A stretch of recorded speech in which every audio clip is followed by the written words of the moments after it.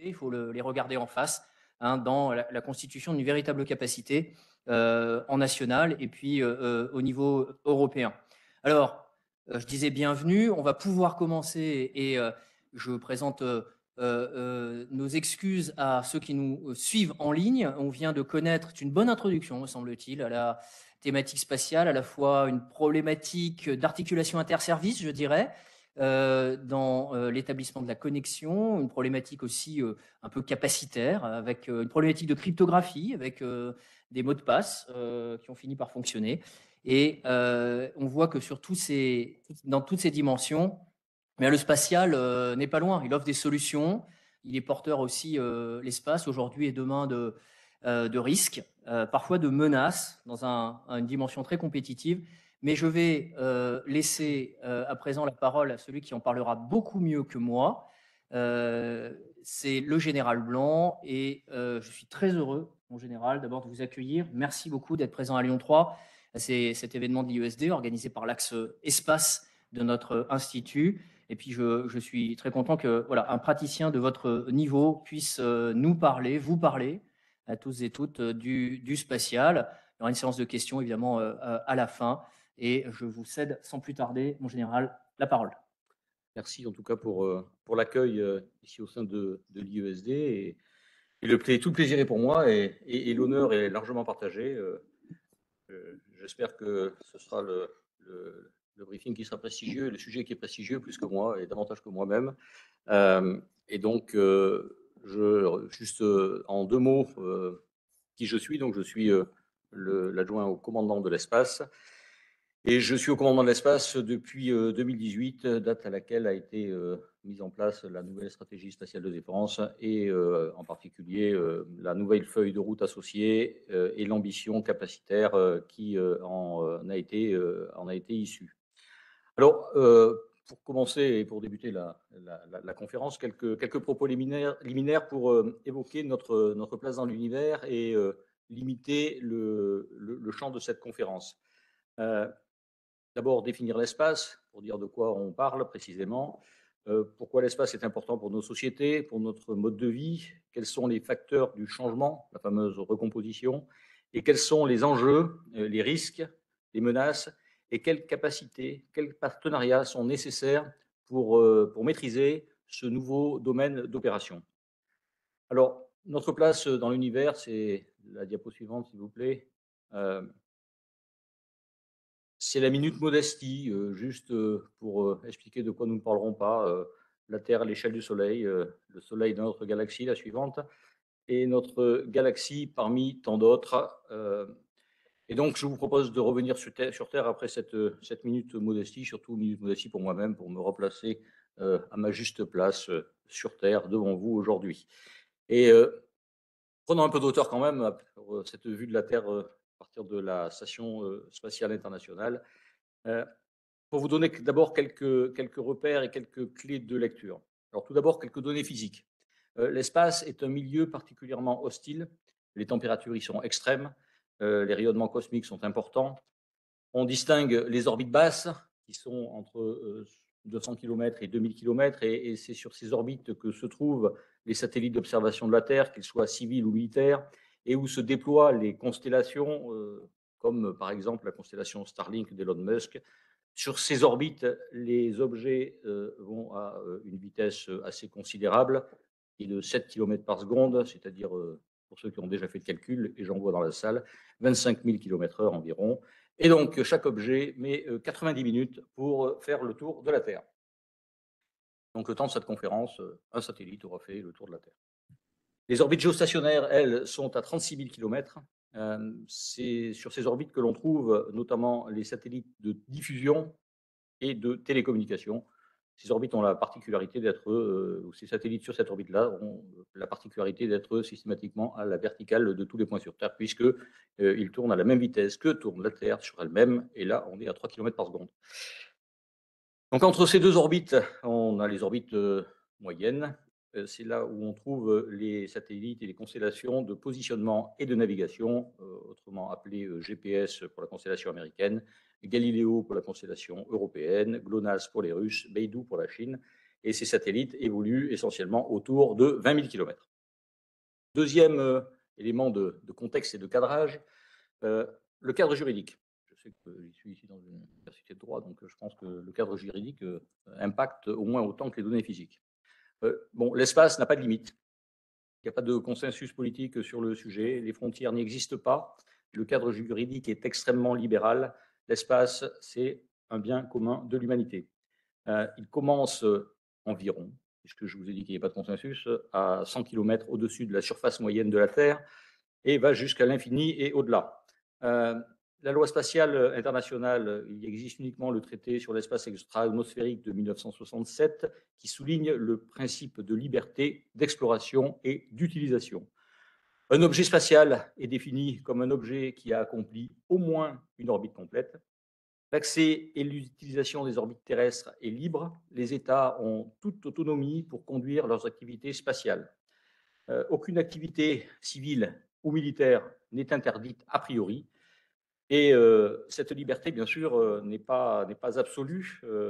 Il y a une obligation de respecter la liberté et les intérêts de tous les États. Et il y a quelques réglementations internationales, notamment celle de l'Union internationale des télécommunications, qui assure un accès partagé et égalitaire, que ce soit en position orbitale ou dans les bandes de fréquences qui sont attribuées et qui sont attribuées à ces positions orbitales. Des États considèrent que le principe de non-appropriation de l'espace ne s'applique pas aux minéraux ou autres ressources issues des différents corps célestes. L'espace, bien sûr, contribue à notre société, à notre économie, mais également à notre sécurité. Et évidemment, plus de dépendance à l'espace va engendrer des tensions croissantes et des menaces à notre liberté d'action et d'accès et d'utilisation de l'espace. La suivante, s'il vous plaît. Quelques mots sur le contexte stratégique. Le contexte stratégique, donc, nous vivons une compétition mondiale multidimensionnelle. Il n'est pas besoin d'expliquer longuement que nous vivons une contestation de l'ordre international, que nous vivons un retour de la compétition stratégique et militaire, retour de cette compétition stratégique et militaire qui est totalement assumée. La globalisation de la compétition est désormais multidimensionnelle et s'étend à tous les champs de confrontation, en particulier dans les domaines qui se prêtent aux agressions ambiguës. Et le cyber et l'espace constituent des champs assumés de rivalité stratégique permanente, voire de conflictualité. La Russie développe une politique d'affirmation tous azimuts. On retrouve la position et l'attitude russe dans l'espace comparable à celle que l'on observe dans les autres milieux, qui sont la terre, la mer ou les airs. La Russie développe une logique de sphère d'influence qui s'accompagne d'un recours à des formes d'intimidation stratégique. La Russie s'appuie sur des capacités militaires qui sont sophistiquées, qui sont conventionnelles et non conventionnelles. La Chine poursuit l'ambition d'être la puissance dominante en 2049 pour surpasser la puissance américaine, développe des capacités militaires qui est pour elle un axe prioritaire et son effort de modernisation est consacré en priorité à ce qu'il considère être le haut du spectre, c'est-à-dire le renseignement, c'est-à-dire le spatial, c'est-à-dire le cyber et les capacités de projection. Alors, importance de l'espace pour l'économie. Quelques chiffres. Alors, on trouve des chiffres sur l'économie spatiale, sur ce qu'elle est, sur ce qu'elle sera, ou sur ce qu'elle est ou ce qu'elle ne sera pas. Pour l'instant, en 2019, l'économie spatiale représente environ 400 milliards d'euros et les plus pessimistes prévoient en 2040 1 000 milliards d'euros et les plus optimistes 4 000 milliards d'euros, ce qui laisse une fourchette assez large pour l'économie spatiale et pour son développement. L'espace irrigue tous les domaines de l'activité humaine, les infrastructures, l'agriculture, l'environnement. Au titre de l'environnement, par exemple, 50% des données qui permettent au GIEC d'évaluer et d'analyser le changement climatique, 50% de ces données proviennent de capteurs spatiaux. On retrouve le spatial dans l'énergie, dans la finance, dans la santé, dans la mobilité. Bref, je pourrais continuer le dictionnaire des domaines jusqu'à la dernière page. Une étude de la Commission européenne de 2019 montre que 11 secteurs économiques de l'Union européenne dépendent des services spatiaux pour une contribution au PIB européen qui est de l'ordre de presque 1 000 milliards d'euros. Les GAFAM, autrement baptisés GAMAM depuis que Facebook est devenu Meta, sont des acteurs incontournables de l'économie spatiale et on assiste à une convergence entre le numérique et le spatial. Et ces acteurs du numérique constituent un véritable changement dans la façon de constituer des capacités et dans la façon d'appréhender les nouveaux marchés. La suivante, qui va parler pour moi. Si le son a été... sinon, je parlerai pour eux. Bon, vous voyez, voilà.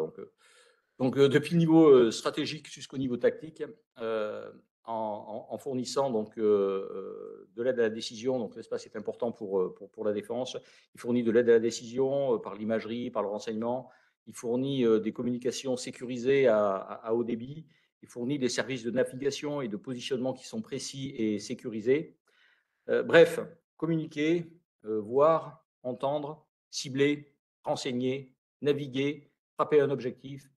Tout cela est fortement dépendant de capacités spatiales. Et dans tous les outils de combat en développement, comme le SCAF, qui sera d'ailleurs, me semble-t-il, l'objet de la discussion ou de la table ronde suivante, ou le programme Titan pour l'armée de terre, ou les projets de connectivité Axon V de la Marine nationale, toutes ces plateformes seront connectées et entre elles et l'espace, bien sûr, y jouera un rôle décisif. Le bouleversement du paysage spatial international. La suivante, s'il vous plaît. Alors, beaucoup de chiffres qui vont. On est à l'université, donc on a beaucoup de chiffres. Donc, le nombre de pays qui ont enregistré un satellite a plus que doublé en l'espace de 20 ans. Les dépenses directes, faites dérouler les dépenses directes ont doublé aussi. Les investissements militaires ont suivi la dynamique. Le nombre de satellites opérationnels a plus que doublé. Aujourd'hui, on en est à environ 8000. En 2020, 1300 satellites ont été mis en orbite. C'est 10 fois plus que 10 ans auparavant. Et on a potentiellement plus de 20 000 satellites qui seront mis en orbite, voire peut-être même plus de 100 000 dans les 10 prochaines années. Plus personne ne parlait de la Lune. Les États-Unis, la Chine, l'Europe ou encore l'Inde sont engagés dans une entreprise de reconquête de la Lune. Nous avons des accords, il y a désormais des accords pour permettre et développer des activités d'exploitation des corps célestes, comme les planètes et les astéroïdes. Je vous renvoie vers le Space Act de 2015, l'US Space Act et les accords Artemis. Le ravitaillement de la Station spatiale internationale et plus récemment le transport d'équipage sont désormais réalisés par des opérateurs commerciaux. Elon Musk, vous voyez à l'écran. Les nouveaux acteurs qui sont apparus, donc Elon Musk par exemple, qui était un sujet de plaisanterie dans l'industrie spatiale, en particulier dans l'industrie spatiale européenne au milieu des années 2000. Eh bien, Elon Musk, c'est aujourd'hui un des acteurs les plus innovants et redoutés. Alors, on a mis Elon Musk, on avait mis Jeff Bezos. On va les laisser arriver dans l'ordre. Donc Elon Musk est aujourd'hui un des acteurs les plus innovants et les plus redoutés. Et c'est à son tour de plaisanter sur l'industrie spatiale des années 2000. Il a verticalisé l'ensemble des capacités qui vont du lancement aux communications haut débit, en passant par la fabrication des satellites et leur déploiement, sans oublier les vols humains que les Américains avaient sous-traités aux Russes depuis l'accident de la navette. On a effectivement un nombre de lancements conséquents de Falcon 9 et aujourd'hui, la moitié des satellites en orbite appartiennent à Elon Musk. Et bien sûr, d'autres acteurs arrivent, à l'instar de Jeff Bezos avec ses projets Blue Origin, Blue Moon, etc. La Chine est une puissance en plein essor dans l'espace. Depuis 2000, ses dépenses ont été multipliées par 8. Les lancements ont été multipliés par 3. Elle développe un programme lunaire très ambitieux. Le drapeau chinois est déjà sur la Lune. Les premiers taïkonautes ont été envoyés en juin 2021 dans une station spatiale chinoise. On voit l'émergence d'un secteur privé chinois qui est dynamique, avec des ambitions qui sont très proches de ceux des GAFAM américains. Et la Chine a déposé au niveau de l'UIT, fin 2020 des findings, c'est-à-dire des positions orbitales versus fréquence, pour une constellation en basse altitude de 13 000 satellites. Voilà. Personne n'envisageait la création de forces spatiales dédiées ou d'opérations spatiales militaires. Les Russes et les Chinois ont lancé la manœuvre. Et il existe donc aux États-Unis aujourd'hui un commandement opérationnel dédié et une Space Force au sein du département de la Défense. Les États-Unis, c'est évidemment un modèle à part compte tenu des budgets et des effectifs. Qui sont de l'ordre d'une trentaine de milliers. Donc les États-Unis ont une armée de l'espace qui a obtenu son autonomie quasi complète. Et en France, on a un commandement de l'espace.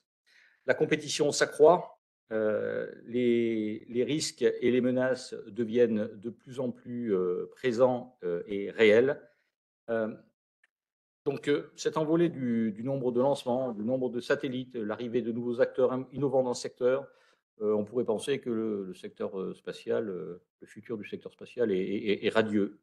Mais là, ce n'est pas aussi simple car avec la multiplication des activités humaines dans l'espace, les risques se multiplient et les menaces également. Conséquence directe de l'accroissement de l'activité spatiale, le nombre de débris a augmenté de façon considérable. Et par là même, les risques de collision augmentent eux aussi. Chaque semaine, on a nos satellites qui croisent environ 300 objets à moins de 40 km. Et je dirais, tous les 15 jours, on est obligé de faire une manœuvre d'évitement. Les débris sont une préoccupation internationale majeure et un enjeu majeur. On a environ 36 000 débris qui sont répertoriés de plus de 10 cm, plus de 1 million de débris de 1 cm à 10 cm. Et au total, on a plus de environ 10 000 tonnes d'objets spatiaux en orbite. À cela s'ajoutent 550 risques de fragmentation.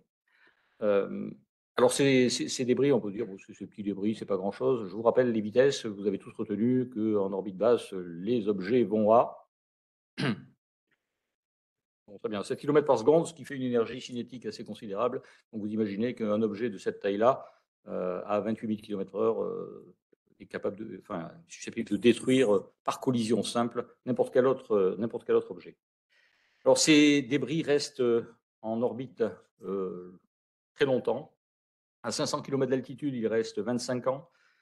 Il reste entre 100 et 150 ans à 800 km d'altitude et plus de 2000 ans à 1200 km d'altitude. Alors c'est pour ça que la France et d'autres nations considèrent comme irresponsables les activités humaines qui engendrent intentionnellement une augmentation des débris multiples de longue durée de vie. Alors je m'adresse aux juristes, chaque mot est important. Intentionnellement, débris multiples, longue durée de vie. Longue durée de vie, ça veut dire au-delà de 25 ans pour l'instant. Alors la question des débris est une question qui est sérieuse et préoccupante. Et l'effet Kessler, donc l'effet Kessler, c'est la collision de débris qui collisionnent d'autres satellites, qui génèrent des débris, etc., une espèce de réaction en chaîne, rendrait impossible l'exploitation de l'espace. Et c'est peut-être une des raisons pour lesquelles, à ce stade, aucun conflit n'a débordé dans l'espace et n'a conduit à une destruction mutuelle assurée, on en parlait ce matin, justement, de capacité des uns et des autres, et surtout de soi-même. La suivante, s'il vous plaît. Alors, les menaces. Qu'est-ce qu'une menace? Une menace, c'est trois choses. C'est une capacité, c'est une démonstration de cette capacité et c'est une intention. Alors, la menace en orbite, elle s'étend et s'accroît, notamment vers les orbites basses. Alors, d'un point de vue strictement militaire, l'ordre de bataille russe atteint aujourd'hui une quarantaine de satellites opérationnels, en plus des 22 de sa constellation GLONASS et d'une trentaine de satellites qui sont duaux, c'est-à-dire qui ont un usage civil et militaire. Cet ordre de bataille contre de nombreux patrouilleurs, dont un certain nombre en orbite basse. Par ailleurs, les activités de compétition ou de contestation russes et chinoises sont en hausse. En 2019, les Russes ont procédé à des manœuvres en orbite basse visant à démontrer leur capacité à se rapprocher d'une cible jusqu'à l'utilisation d'un effecteur. qui a été qualifié de Space Torpedo par notre allié américain. Et à cette occasion, ils ont également montré leur capacité de satellite gigogne, dite poupée russe, satellite libérant un autre satellite. Et là, j'en renvoie la question aux juristes de l'immatriculation du satellite, à qui appartient le satellite qui a été lâché, comment ensuite attribuer une action, un acte hostile, une amicale qui est commis par ce satellite, sachant que si on n'est pas là au moment de la libération, on est incapable d'attribuer la paternité de l'acte hostile commis par cet œuf pondu par la poule. Alors, au-delà de la dernière année, on a eu un certain nombre d'activités. Le tir anti-satellite russe depuis le cosmodrome de Plesetsk en novembre 21, qui a conduit à la destruction d'un de leurs satellites, générant 1500, au moins 1500 débris, suivi d'un tir à partir d'un avion de chasse en mars 22. La désorbitation via le remorquage par la Chine d'un de leurs satellites en géo en janvier 22, la poursuite par le satellite Louche Olympe, qui a été rendu célèbre notamment par la ministre des Armées de l'époque, Florence Parly, satellite russe qui patrouille sur orbite géostationnaire et qui permet de caractériser lors de batailles électroniques je dirais de ceux qui utilisent les satellites à son voisinage immédiat. Des manœuvres de patrouilleurs russes à proximité de satellites alliés en orbite basse, visant à dénier, voire perturber la mission de ces satellites. Et puis, bien sûr, les capacités laser qui sont largement réparties sur le territoire de certains États. Alors, on va mettre un certain nombre de... Voilà, il y a certaines vidéos qui vont illustrer ce que je viens de vous dire. Si les vidéos fonctionnent, la suivante. On peut aller à la suivante aussi. La zone grise, virilité. Voilà. Donc là, c'est le tir d'armes anti-satellites conduit par les Russes qui est présenté sous une forme de vidéo. Donc on voit leur propre satellite, on voit arriver le missile. Et on voit la génération de débris. Les flammes sont de trop, mais il faut bien illustrer un peu les choses. Voilà. Donc la suivante, on reclique pour faire lancer le suivant. Voilà. Donc là, ce seraient les satellites russes Gigogne. Donc on voit le satellite numéro 1 qui libère un satellite numéro 2. Et donc là, effectivement, si vous n'avez pas un capteur qui est là au moment de la libération, qui est là et qui est en train de suivre l'activité russe, ben vous n'êtes pas capable de dire à qui appartient le deuxième satellite. Donc vous voyez, CNN a fait un flash spécial pour expliquer ce qu'étaient les Russian Doll, avec des satellites qui libèrent d'autres satellites.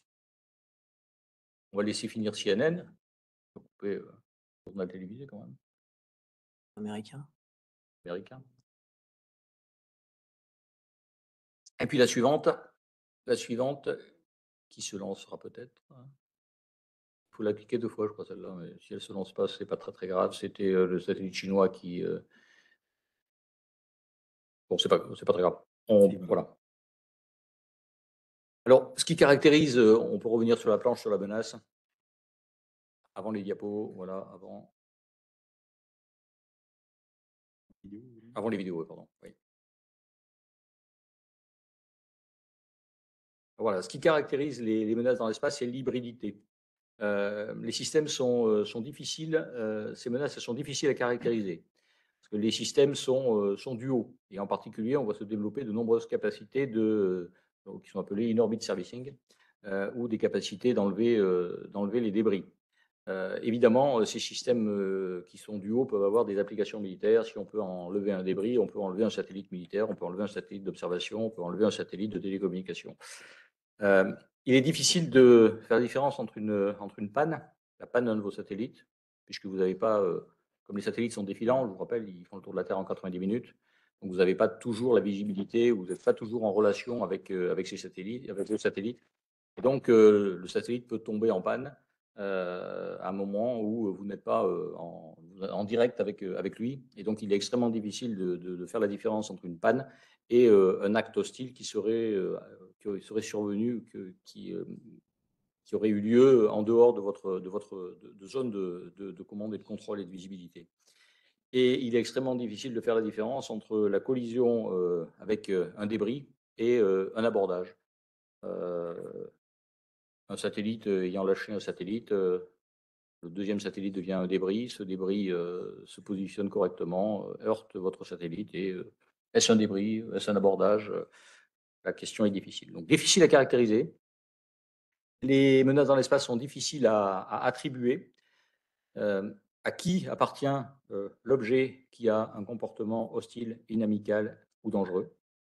Il faut être capable de savoir à quelle nation, à quel pays appartient ce satellite. Et parfois, il faut être capable de remonter dans le temps pour arriver éventuellement jusqu'à son lancement et son territoire de lancement. Donc ça veut dire beaucoup de données capitalisées dans le temps pour être capable d'attribuer un acte hostile et inamical. Et le, les satellites ont rarement des caractéristiques qui se trouvent dans le GENS, navire de combat, ou dans le GENS, avion de combat, où on dit, ah bah tiens, oui, forcément, ce navire est de la classe qui correspond à un navire russe, ou cet avion est évidemment un avion russe, etc. Là, on n'a pas encore le GENS des satellites, donc il est difficile en les regardant ou en les observant de trouver à qui ils appartiennent.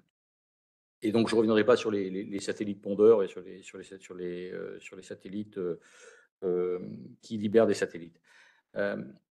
Et il est difficile aussi d'attribuer une intention au-delà de l'acte lui-même. Est-ce qu'il y a eu intention d'entrer en collision avec votre satellite, ou est-ce que c'est une perte de contrôle d'un satellite adverse? Donc l'attribution est quelque chose d'extrême. Donc la caractérisation est compliquée, l'attribution l'est tout autant. Et c'est pour cela que, alors là, cette fois-ci, on passe les vidéos rapidement. Voilà, on va jusqu'à là.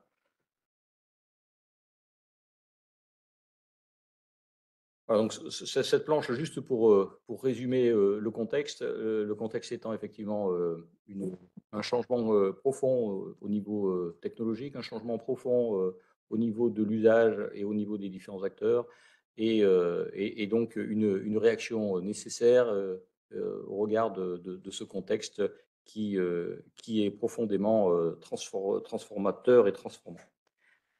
Donc la suivante, s'il vous plaît. Donc face à ces constats, la réponse française est centrée sur le triptyque compétition, confrontation et affrontement.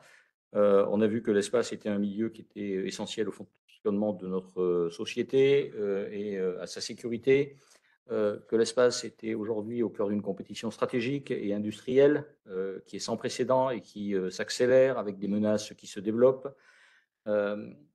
La stratégie spatiale de défense française reconnaît l'espace exo-atmosphérique comme un milieu à part entière avec ses enjeux propres, mais également comme un domaine de confrontation potentielle, c'est-à-dire le 5e domaine de confrontation après la Terre, l'air, la mer, le cyber. Donc cette nouvelle stratégie spatiale de défense est un tournant majeur pour nos armées, puisqu'elle fixe l'objectif d'avoir des capacités pour agir dans tous les milieux, et en particulier dans le milieu spatial, la capacité à défendre dans l'espace nos intérêts spatiaux. Alors, pour renforcer l'autonomie stratégique française et garantir la liberté d'accès et d'action dans l'espace, on a deux lignes de force. La première, c'est de répondre aux menaces émergentes en protégeant nos satellites et en développant notre aptitude à surveiller l'environnement spatial, et puis défendre dans l'espace nos intérêts, comme je l'évoquais précédemment. Et pour cela, on doit construire et on doit consolider notre autonomie stratégique, et on va tirer parti de la transformation, en particulier de ce qu'on appelle le New Space, et saisir les opportunités qui sont offertes par ces nouveaux acteurs économiques, et revisiter notre modèle industriel en essayant de capitaliser sur le meilleur de cette approche nouvelle, le New Space, et celle qui a porté le spatial jusqu'à présent, et capitaliser en plus cette nouvelle approche peut capitaliser aussi sur la dualité, c'est-à-dire le civil et enfin, la complémentarité entre le civil et le militaire. Et donc, il ne faut pas voir cela comme une compétition, mais plutôt comme une véritable opportunité et, quelque part de construire des capacités qui sont vraiment complémentaires. Et ces capacités complémentaires, elles s'appuieront sur des capacités qui sont patrimoniales, qui sont à nous, qui sont opérées par nous, qui sont maîtrisées totalement par nous et par des services. Et puis, bien sûr, pour être complet, pour être le plus complet possible ou le moins complet, euh, on va élargir je dirais, nos coopérations au domaine des opérations dans l'espace et on va l'ouvrir à de nouveaux partenaires. Alors, on a une feuille de route qui est selon 3 axes. Une nouvelle doctrine pour les opérations spatiales militaires qui est articulée autour de quatre fonctions. Le soutien aux capacités spatiales, la connaissance de la situation spatiale qui est, je dirais, l'élément majeur qui est particulièrement je dirais, déterminant parce que pour pouvoir agir, pour pouvoir comprendre, encore faut-il être capable de connaître ce qui se passe dans l'espace. Et puis bien sûr, ce que l'on faisait je dirais depuis longtemps, renforcer notre appui aux opérations. Et donc, on a effectivement une nouvelle ambition capacitaire qui permet d'adresser ces problématiques-là. Cette ambition capacitaire, elle est organisée autour de 3 cercles. Un cœur souverain qui est composé de l'ensemble des capacités qui sont sous contrôle direct du ministère, c'est-à-dire qui sont détenues, qui sont opérées par le ministère.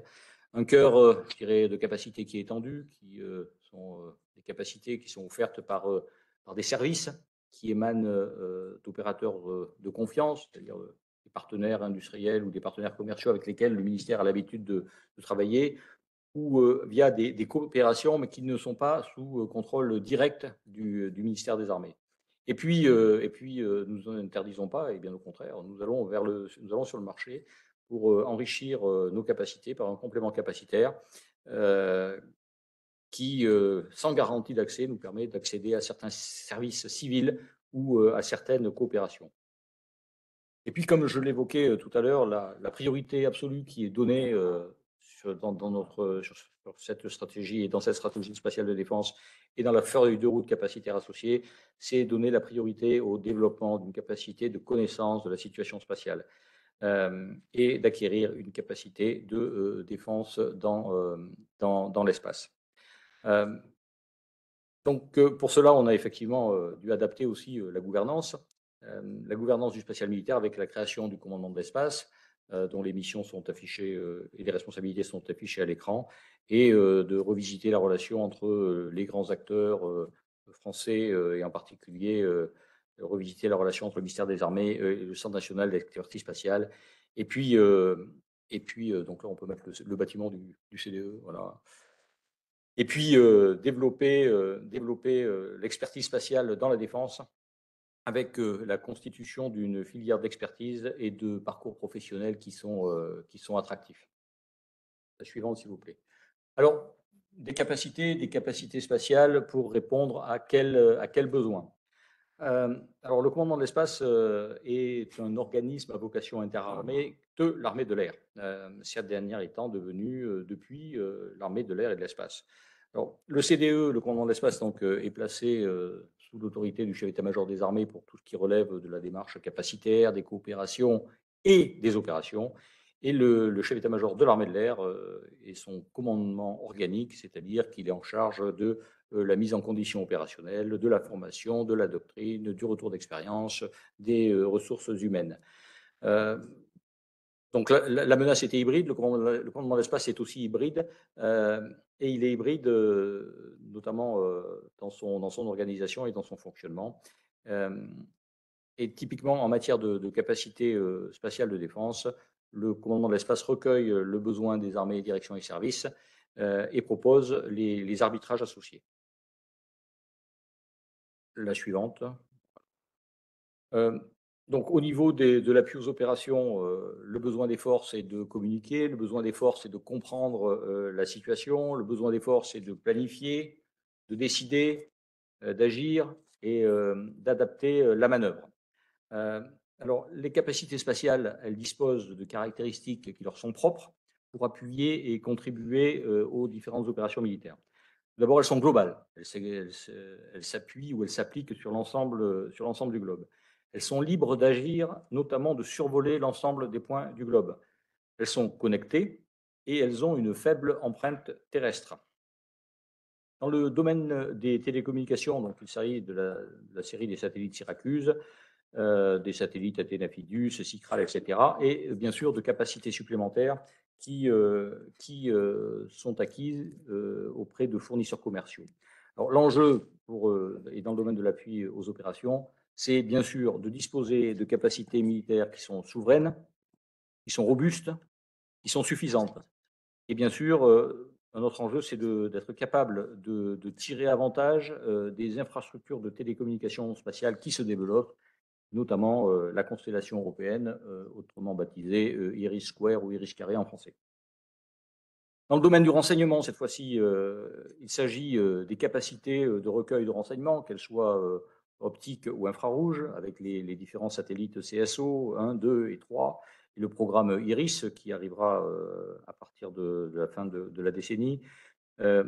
Ces capacités de recueil sont complétées par des échanges capacitaires dans le domaine du radar avec l'Italie et l'Allemagne, échanges capacitaires qui datent désormais de nombreuses années.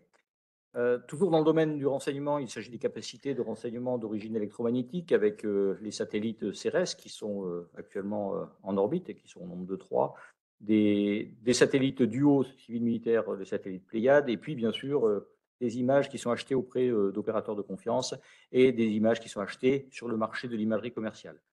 Alors, dans le domaine du renseignement, l'enjeu, c'est de disposer de capacités qui restent au sommet de l'état de l'art, tout en améliorant la capacité de revisite, c'est-à-dire diminuer l'âge de l'information grâce notamment aux constellations qui apparaissent sur le marché. La suivante, s'il vous plaît. Alors, la maîtrise du milieu spatial est indispensable pour conserver notre liberté d'action dans, vers et depuis l'espace. Donc pour cela, nous avons besoin d'un centre de commande et de contrôle des opérations spatiales pour tout d'abord produire de la connaissance, c'est-à-dire savoir ce qu'il se passe dans l'espace exo-atmosphérique, c'est-à-dire détecter, c'est-à-dire caractériser, c'est-à-dire attribuer un acte hostile, inamical, inapproprié, et cela sur toutes les orbites. Il s'agit de planifier et de conduire les opérations spatiales, notamment les mesures de défense active. Il s'agit d'aider à la décision et bien sûr, pour améliorer cette connaissance, cette décision et cette planification, être capable d'avoir une manœuvre dynamique des capteurs de façon à focaliser ceci sur une situation d'intérêt, sur un acte hostile, inamical, inapproprié sur toutes les orbites. Et bien sûr, pour faire cela, on fait ça avec quoi? Eh bien, on fait ça avec des données. Des données qui sont issues des capteurs patrimoniaux, capteurs patrimoniaux de différentes natures, que ce soit des radars, que ce soit des télescopes ou que ce soit des images. Avec des données qui sont issues de partenariats avec nos alliés américains, nos alliés allemands, nos alliés japonais, nos alliés italiens.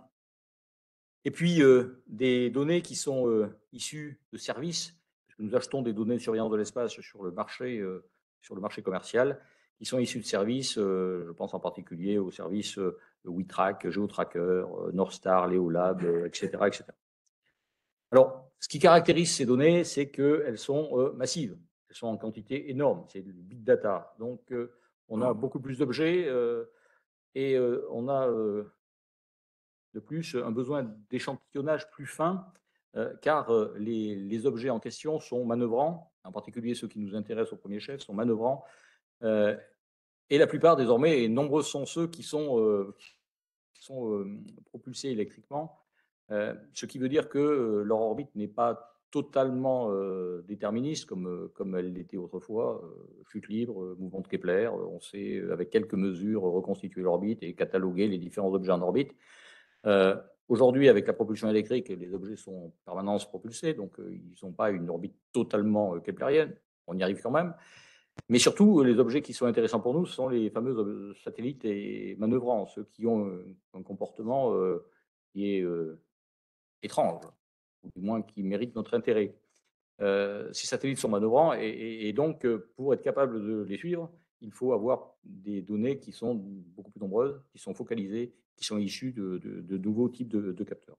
Et donc, nous rentrons finalement dans une logique de poursuite des objets, plus que de veille.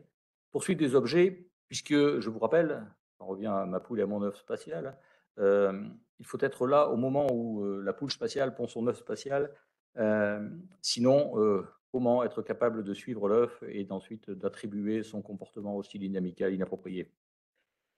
Donc ces données sont massives, quantité énorme.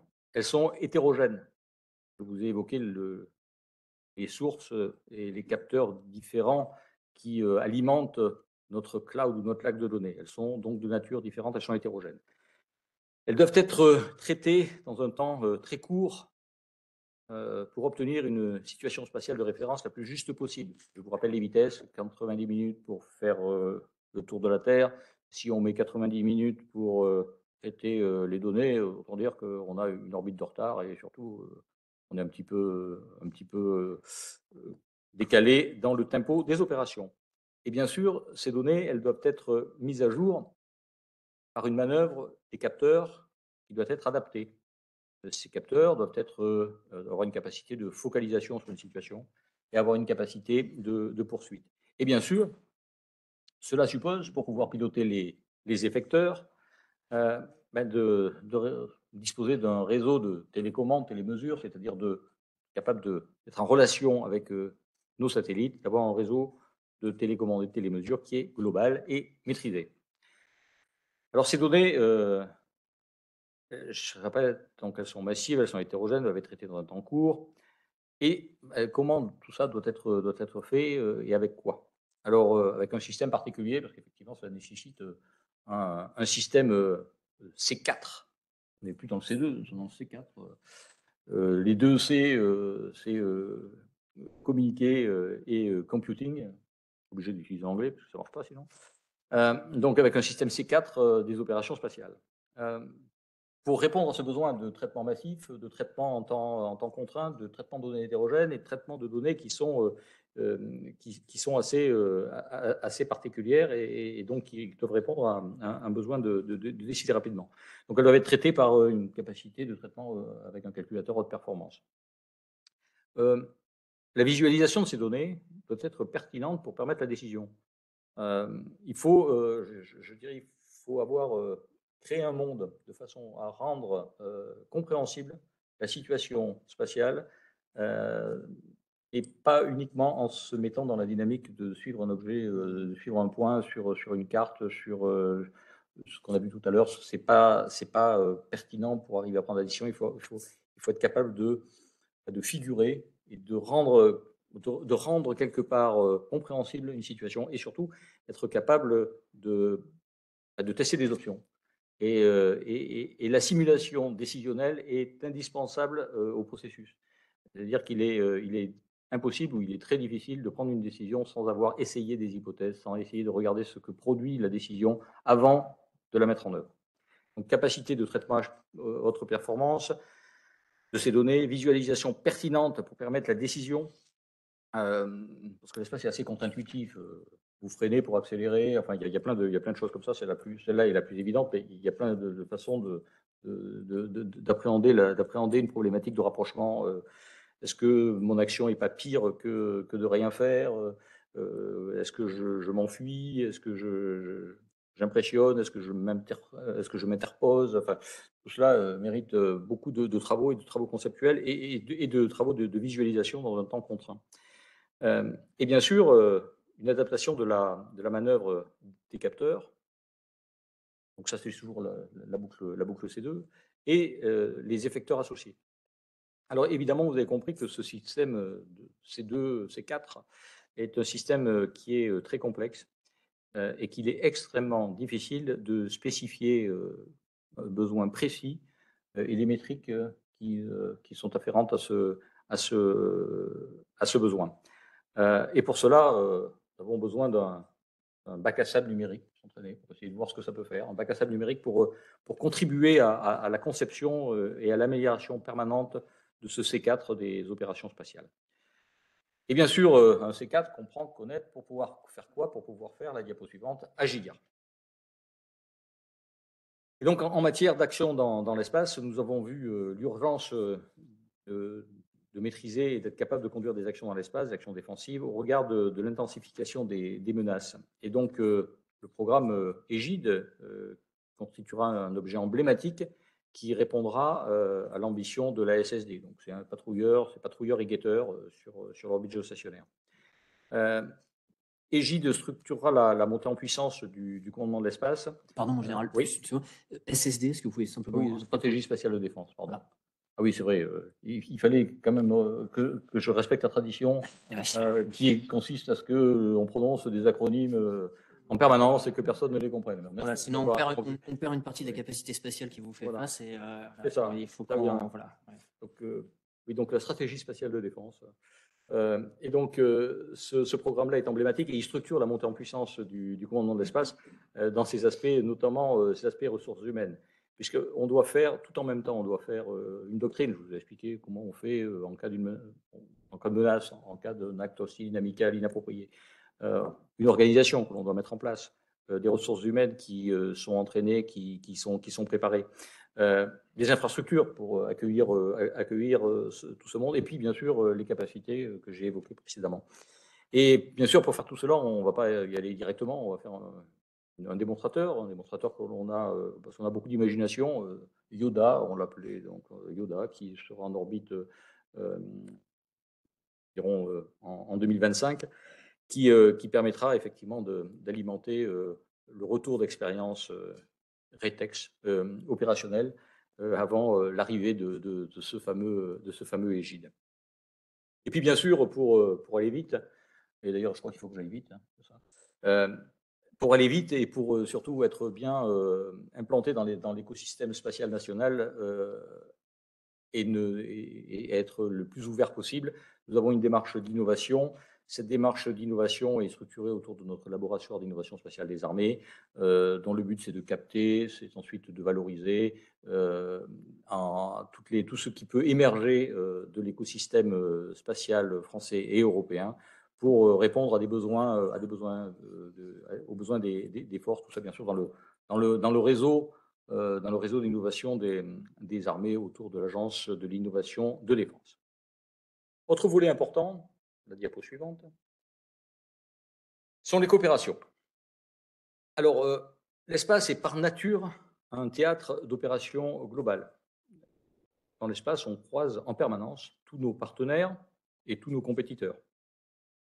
La coopération est possible, voire nécessaire, avec des partenaires lointains, notamment en matière de surveillance de l'espace. De façon à étendre notre réseau de capteurs, il est plus judicieux de coopérer avec les antipodes qu'avec un pays voisin, de façon à avoir des capteurs distribués.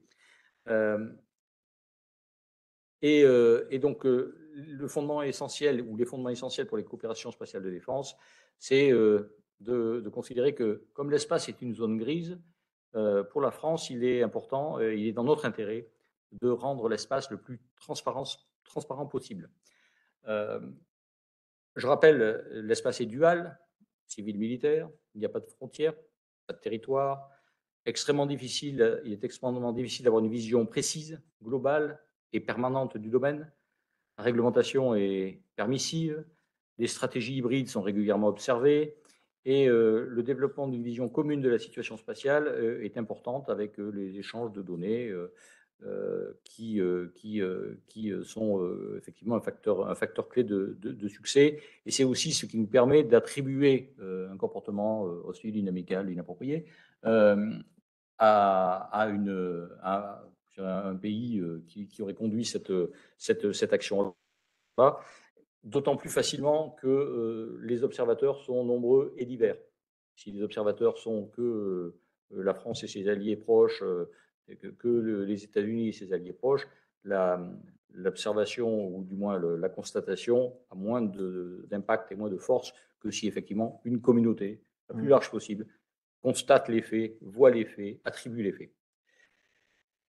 Donc ces coopérations ont aussi pour but d'accroître notre résilience. Vous comprenez bien que, vu la taille du domaine, vu la taille de l'espace exo-atmosphérique, il est difficile, voire illusoire, d'arriver seul à maîtriser l'ensemble du domaine, l'ensemble de l'espace exo-atmosphérique. Nos moyens nationaux sont limités. Et donc, partager avec d'autres permet d'avoir effectivement une résilience plus importante.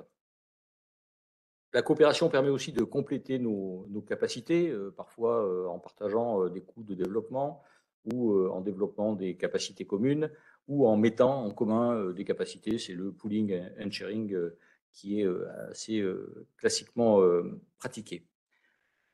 C'est aussi, les coopérations, c'est aussi un moyen de façonner l'environnement et de défendre les intérêts de la France et au-delà de la France, de ses partenaires, ses intérêts diplomatiques, ses intérêts industriels. Et c'est pour cela que la France agit pour la mise en place de normes de comportement responsables en complément des traités existants. C'est aussi pour ça qu'il est important de coordonner nos positions dans les forums multilatéraux et travailler sur l'élaboration de standards communs qui ne soient pas des barrières à l'entrée. Et bien sûr, sauver l'environnement et défendre les intérêts, ça contribue à faire rayonner le spatial militaire français. Alors, la ligne rouge est évidente, c'est la préservation d'une autonomie d'appréciation, de situation et d'action dans l'espace. Alors, nous avons aussi des coopérations qui sont tenues dans un cadre bilatéral qui portent essentiellement sur les items suivants. Partage d'informations de surveillance de l'espace de façon continue ou ponctuelle en cas d'événements spatial d'intérêt, le fameux comportement inamical, inapproprié. Dans le domaine capacitaire, où on a le développement ou un échange ou une mise en commun de capacités que l'on fait depuis de nombreuses années avec l'Italie et l'Allemagne. La formation et l'entraînement, qui est un moyen de coopération assez fort dans le but d'accroître notre interopérabilité et de rayonner et influer. Dans le domaine, les cours et les différents exercices qui sont organisés par la France sont en la matière des outils particulièrement efficaces. Et on voit que le premier souhait qui est exprimé par nos partenaires en matière de coopération, c'est, et en termes de formation et d'exercice, est-ce que vous avez quelque chose à nous proposer? Parce que c'est assez simple, c'est facile à actionner. Et comprendre et savoir, c'est quand même le début des choses. Donc nos principaux partenaires, bien sûr, le premier de tous, ce sont les États-Unis. Premier partenaire, donc, compte tenu de leur avance considérable dans le domaine spatial. Vis-à-vis des États-Unis, notre priorité, c'est l'interopérabilité, et en particulier la fluidification des échanges d'informations, y compris des informations classifiées. Et puis la coopération avec les États-Unis, toujours dans le domaine de la formation et de l'entraînement, avec un objectif de renforcer l'expertise française. Et ça nous fait la diapo suivante. On voit les différents exercices. Avec l'Allemagne et l'Italie, on a effectivement de nombreuses capacités. Je ne reviendrai pas sur l'observation de la Terre et sur les télécoms. Et puis, effectivement, nous allons chercher loin. Nous allons chercher loin pour les raisons que j'évoquais précédemment. Rechercher le partage de données de surveillance de l'espace avec des partenaires stratégiques de la France qui sont lointains, avec l'Inde, avec le Japon, avec l'Australie, avec la Corée du Sud. Et puis, bien sûr, le cadre multilatéral, c'est notamment l'Union européenne qui est un vecteur important pour la coopération. Alors, je ne vais pas égrener ici tous les programmes européens ou tous les projets européens. On en aurait pour quelques temps. Sachez quand même que le programme spatial de l'UE sous financement de la Commission est assez dynamique et assez conséquent. On a évidemment Galileo, on a évidemment Copernicus, on a coopération cette fois-ci dans le cadre du second pilier, c'est-à-dire coopération entre États, qui s'appelle European Union Space Surveillance and Tracking. Et puis, dans le domaine des télécommunications. Et puis, bien sûr, prochainement, celui qui fait la une tiré de l'actualité récente, c'est le programme ERIS Square, qui est donc la constellation européenne sécurisée. Donc, on a effectivement d'autres incubateurs de la coopération multilatérale européenne qui sont pensés autour de projets qui sont c'est autour de la coopération structurée permanente sous pilotage de l'Agence européenne de défense. Donc, ce sont des États membres qui sont volontaires pour définir les caractéristiques militaires de système ou d'organisation. Donc, on a un certain nombre de projets dans le domaine spatial, en particulier sur l'alerte avancée, sur la radionavigation, sur la mise en commun d'images gouvernementales, sur la défense de space assets, enfin de systèmes spatiaux. Et certains sont coordonnés par la France. Et puis, il y a aussi des projets, cette fois-ci, qui sont non plus dans le second pilier, mais dans le premier pilier, donc financés par la Commission. Ce sont les projets du Fonds européen de défense, où effectivement, un certain nombre de consortiums d'industriels qui répondent à des projets de R&D qui soient reliés à des projets CSP ou non.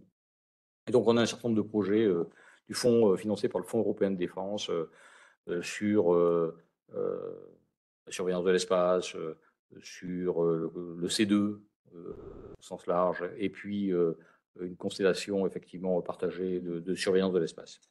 Et puis, nous travaillons bien sûr avec le Centre satellitaire de l'Union européenne, qui, lui, est un organisme qui est à la disposition des États membres, donc avec quel pilier, qui est là pour effectivement produire du renseignement à partir d'imagerie satellitaire que le centre achète sur le marché commercial.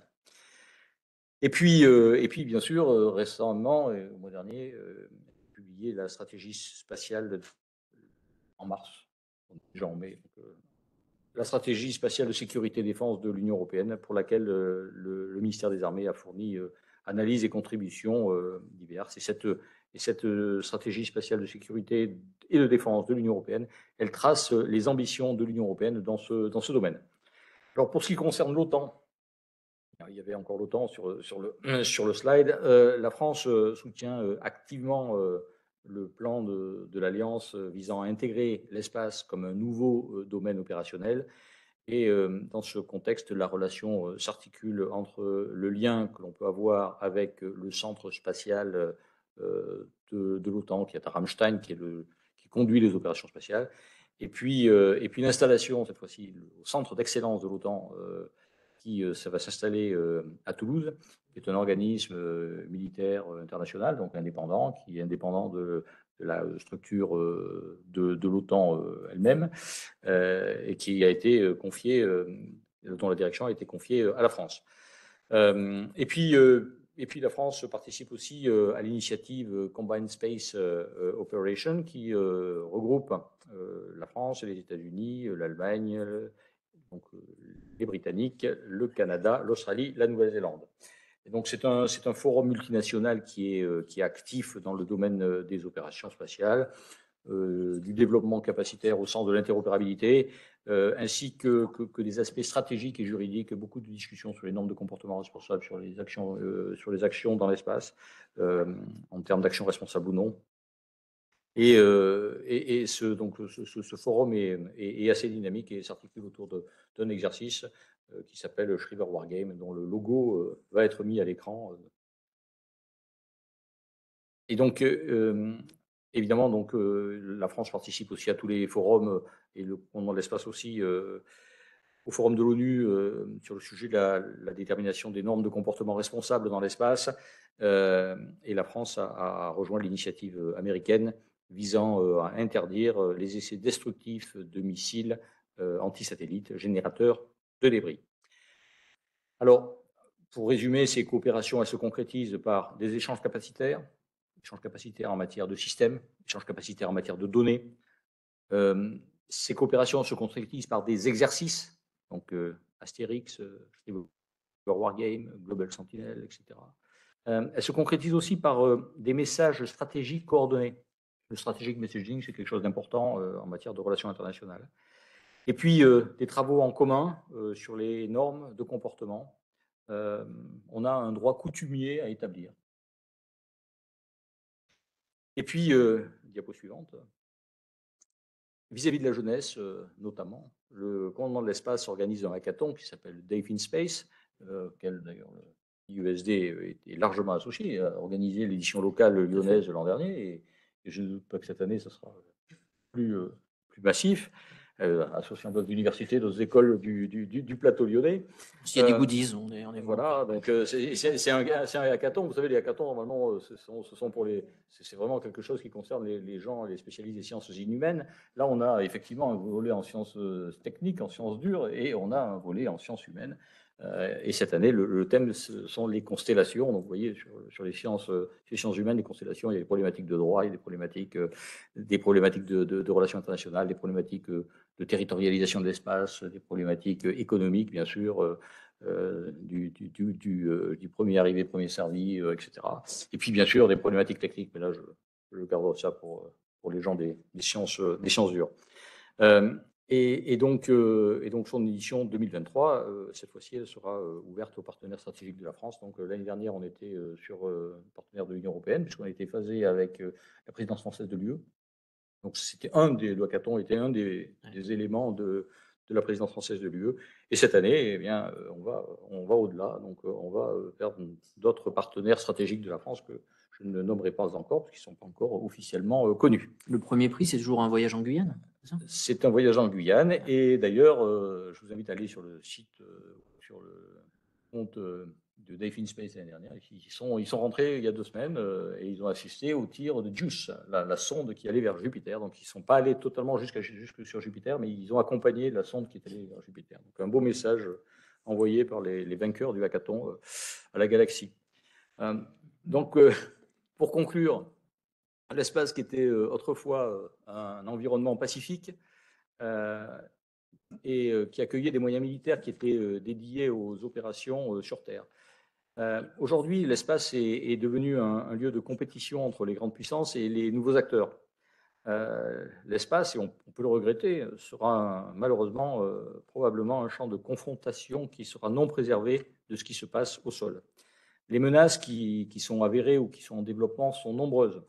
L'espionnage de nos satellites militaires, les menaces cyber, on l'a vu en particulier dès l'ouverture de la guerre en Ukraine, du brouillage, de la destruction ou de la neutralisation par des armes à effet dirigé, l'espionnage, le cyber, je l'ai déjà évoqué, des satellites actifs qui peuvent s'accrocher à un autre satellite pour le désorbiter, lancer un filet, lancer une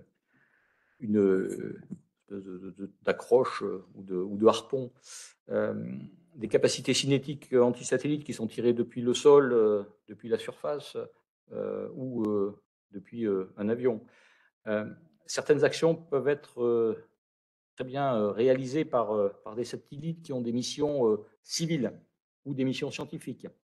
Donc, il est extrêmement difficile d'identifier et de caractériser ces attaques. La pérennité donc, de nos activités spatiales et la sécurité de nos infrastructures spatiales et avec elles notre prospérité, notre développement durable et notre sécurité collective sont en jeu si l'espace n'est pas sécurisé. Je vais me poser moi-même des questions au cas où, effectivement, manque de questions, mais c'est plutôt des questions que je vous pose à vous ou je vous demande de vous poser. Comment caractériser une intention hostile, un acte hostile ou dangereux réalisé sous le seuil de l'attaque armée et comment y répondre? Quelles sont les règles d'engagement que l'on doit mettre, y compris en temps de paix? Comment être en mesure de discriminer un accident, collision avec un débris, ou la fragmentation d'un satellite avec un acte délibéré? Comment caractériser ces événements? Qu'est-ce qu'un comportement inamical, dangereux, etc. Les 3 mots que je prononce en boucle depuis le début. Qu'est-ce qu'un comportement inamical, dangereux dans l'espace? Une fois qu'on a défini tout ça, comment on partage ces définitions et comment on les fait accepter par une large majorité? Est-ce que cela doit passer par des standards, par des traités, par des codes de conduite, par autre chose? Comment attribuer les mauvais comportements? Quelle entité a la légitimité pour le faire? Est-ce que l'on doit s'inspirer, est-ce que l'espace, le milieu spatial doit s'inspirer des règles du milieu aérien, des règles issues de la convention de Montego Bay sur le milieu maritime, ou des deux? Quelles bonnes pratiques doit-on mettre en avant et quelles sont les règles de comportement que l'on doit adopter? Bon, la France a répondu à cette question en partie en disant pas de débris, pas de tir anti-satellite, utilisation pacifique de l'espace, légitime défense, etc. Et il l'a mis dans sa loi. Est-ce que l'on peut imaginer l'équivalent de zones de sécurité autour de nos capacités strictes, de nos capacités critiques? Est-ce que cela a un sens? Est-ce que cela ne revient pas finalement à territorialiser l'espace, ce qui est interdit? Et pourtant, est-ce qu'il n'y a pas une zone particulière autour de certaines infrastructures? Est-ce que l'on va voir, comme dans le domaine maritime, la création de pavillons de complaisance pour les objets spatiaux, des satellites non immatriculés qui prolifèrent, qui sont lancés depuis des États volontairement non immatriculateurs de satellites? Euh, Comment gérera-t-on ou allons-nous gérer ces satellites sans pavillon? Comment réagir à une manœuvre de proximité suspecte? Doit-on être capable de suivre et de contrôler les satellites en temps réel? Ce qui a des implications techniques et ce qui a des implications aussi, c'est le voir et éviter de l'aviation civile. On retrouve certaines similarités. Euh, Est-ce qu'on doit mettre en place des règles de management du trafic spatial, comme on a des règles de gestion de l'espace aérien? Plus généralement, on comprend bien qu'avec la multiplicité des acteurs, la multiplicité des objets, l'utilisation de plus en plus importante de l'espace, on sent bien qu'il va y avoir besoin de règles, de normes, de droits coutumiers, etc. La convention de Montego Bay est assez récente, donc le droit maritime est d'extraction assez récente. Nous, on sent bien que pour l'espace, on va peut-être pas mettre 4000 ans avant de transformer un droit coutumier en droit réel. Il est évident qu'il va falloir le faire. La question, c'est comment le faire, quand le faire, et, et le faire sans le faire au détriment d'éventuels nouveaux entrants, sans finalement acter une situation, sans finalement rendre l'espace un domaine ou un milieu qui n'est la possession que de quelques-uns. En tout cas, il y a toutes ces questions qui se posent. Et puis il y a une question qui elle, ne se pose pas, c'est est-ce qu'un conflit de haute intensité débordera dans l'espace? Cette question-là ne se pose pas. La question qui se pose, c'est quand? Et la deuxième question qui se pose, c'est est-ce que nous serons prêts? Dire le compte à rebours est lancé et nous nous y préparons. Je vous remercie de votre attention et on va lancer un petit film qui résume à peu près tout ce que je dis bien mieux que moi et en 4 minutes. Donc, et le son n'est pas utile puisque il y a le texte. Il y avait aussi le son, mais c'est de la musique. Donc.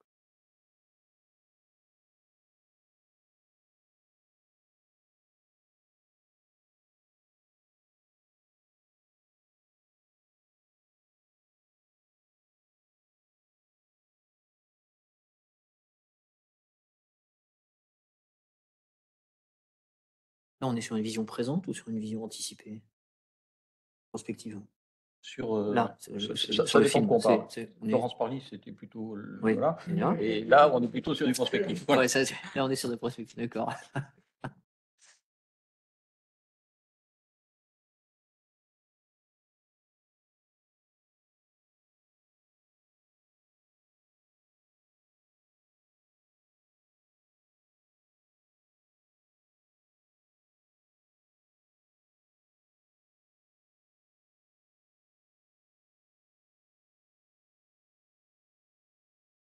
C'est mieux avec la musique. Hein,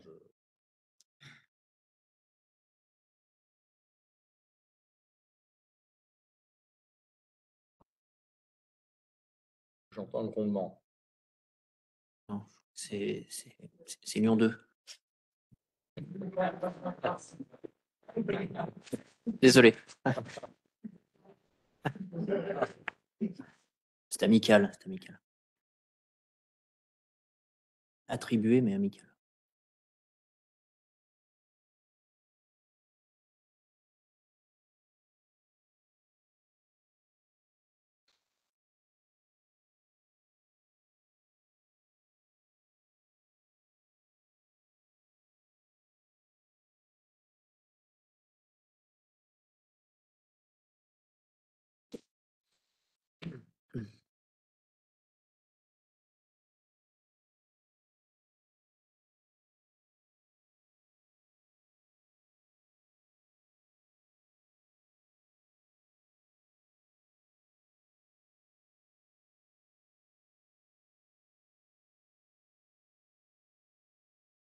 C'est mieux derrière nous, hein. Mm. Bah, j'espère.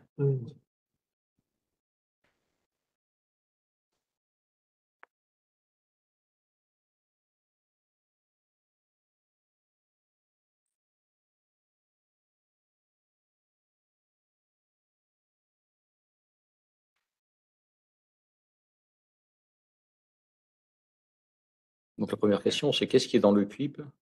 J'ai pas dit. Et, je pense qu'il va y avoir quelques questions.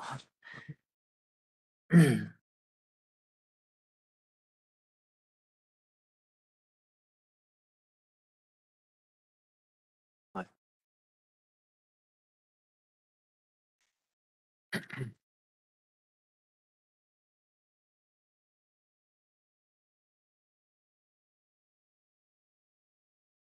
Ok.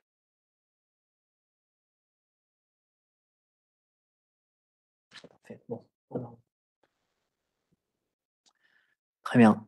Mais d'abord, on va vous remercier, mon général, pour les propos à tenir. Euh, je vous propose de passer directement aux questions, pas de. Voilà, on va aller directement sur les questions de la salle. Et pendant que les premières questions de la salle sont posées et que les réponses sont apportées, on va collecter des questions qui pourraient nous venir éventuellement de la part de ceux qui, en ligne, ont suivi avec attention aussi votre conférence. Donc, on va dire sans transition, est-ce que vous avez des questions à Alors poser bien au sûr, des général Blanc? questions que Alors, j'ai on va, posées on va faire moi-même. tourner, je pense, un micro dans la salle si l'un de mes collègues de l'ISD veut bien se rapprocher, s'il vous plaît. Je vous ai déjà donné la liste des questions auxquelles je n'avais pas de réponse, donc Mais évitez-les. il y en-